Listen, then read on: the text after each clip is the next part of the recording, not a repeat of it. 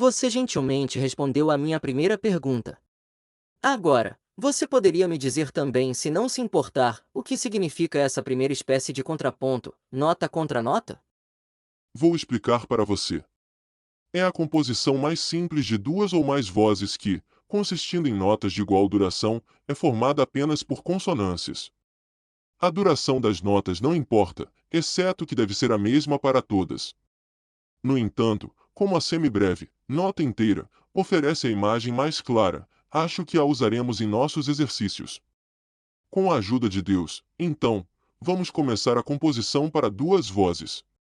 Tomamos como base para isso uma melodia dada, ou cantus firmus, que inventamos nós mesmos ou selecionamos de um livro de corais, por exemplo.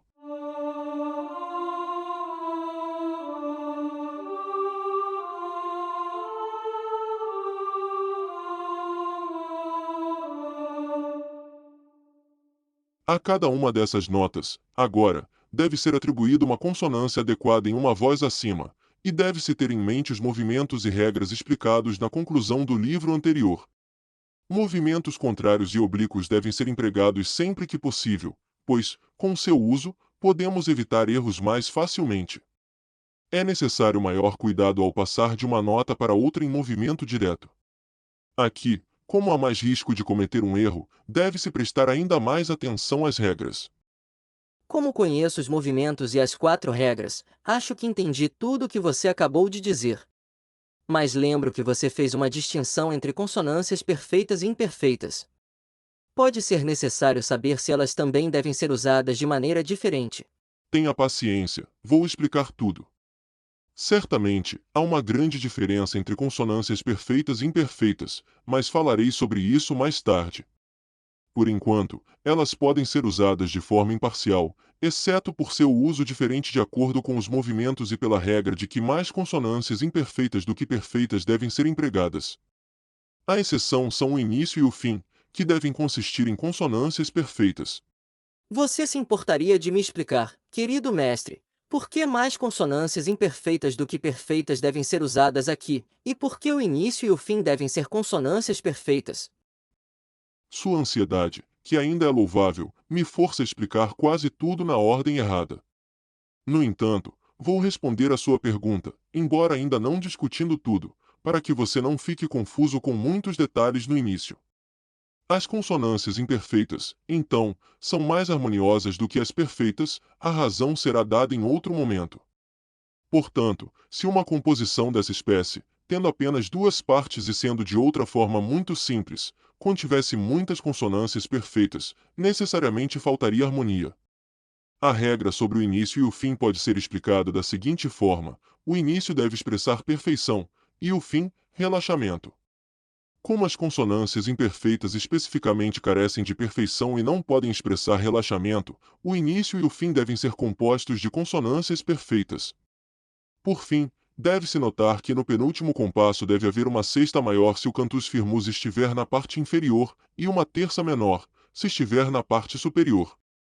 Isso é tudo que é necessário para essa primeira espécie de contraponto?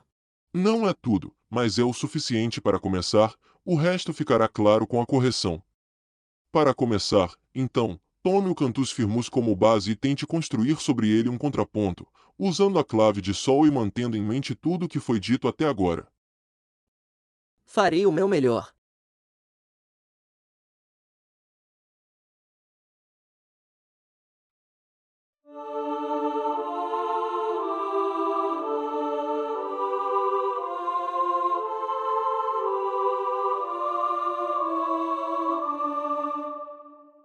Você fez um excelente trabalho, estou impressionado com sua inteligência e atenção.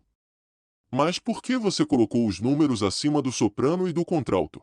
Pelos números acima do contralto, eu quis mostrar as consonâncias que usei para correr menos risco tendo o movimento de uma consonância para outra diante de mim de errar o tipo certo de progressão. Os números acima do soprano, 1, 2, 3, 4, 5, 6, 7, 8, etc., são apenas uma numeração dos compassos, para que eu possa mostrar a você, reverendo mestre, que, se fiz corretamente, não foi por acidente, mas por planejamento. Você me disse que o início deveria ser uma consonância perfeita. Eu escolhi uma, optando pela quinta. Do primeiro compasso para o segundo, ou seja, de uma quinta para uma terça, ou de uma consonância perfeita para uma imperfeita, eu fui por movimento oblíquo, uma progressão que, no entanto, teria sido possível com qualquer um dos três movimentos. Do segundo compasso para o terceiro, ou seja, de uma terça para uma terça, ou de uma consonância imperfeita para outra imperfeita, escolhi o movimento paralelo, de acordo com a regra, de uma consonância imperfeita para outra consonância imperfeita. Pode-se ir por qualquer um dos três movimentos. Do terceiro compasso para o quarto, ou de uma terça, uma consonância imperfeita, para uma quinta, uma consonância perfeita, eu me movi por movimento contrário, seguindo a regra, de uma consonância imperfeita para uma consonância perfeita, deve-se ir em movimento contrário. Do quarto compasso para o quinto, ou de uma consonância perfeita para uma imperfeita, usei movimento direto, como a regra permite. Do quinto compasso para o sexto, de uma consonância imperfeita para uma perfeita, movimento contrário, já que a regra exige. Do sexto compasso para o sétimo, movimento oblíquo, onde nenhum erro é possível.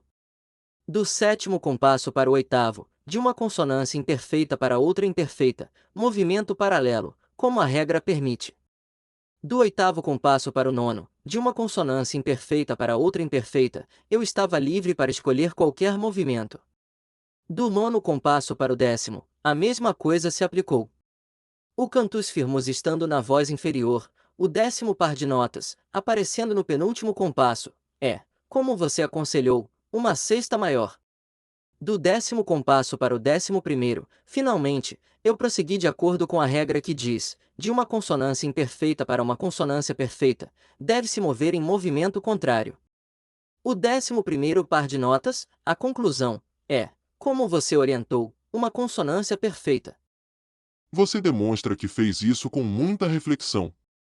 Portanto, pode ter certeza de que, se dominar os três movimentos e as quatro regras diferentes de forma tão completa a ponto de, com pouco esforço de memória, não cometer mais erros, o caminho para progressos adicionais já estará aberto para você. Agora vá em frente. Deixe o cantus firmus na clave de contralto e coloque um contraponto abaixo dele na clave de tenor, mas com esta diferença. Assim como no exemplo anterior você calculou as consonâncias do cantus firmus para cima, agora você as calculará do cantus firmus para baixo, na parte inferior. Isso me parece mais difícil. Só parece. Lembro-me de que outros alunos também consideraram mais difícil. No entanto, não é tão ruim, desde que você tome cuidado, como eu disse, para calcular as consonâncias do cantus firmus para baixo, na parte inferior.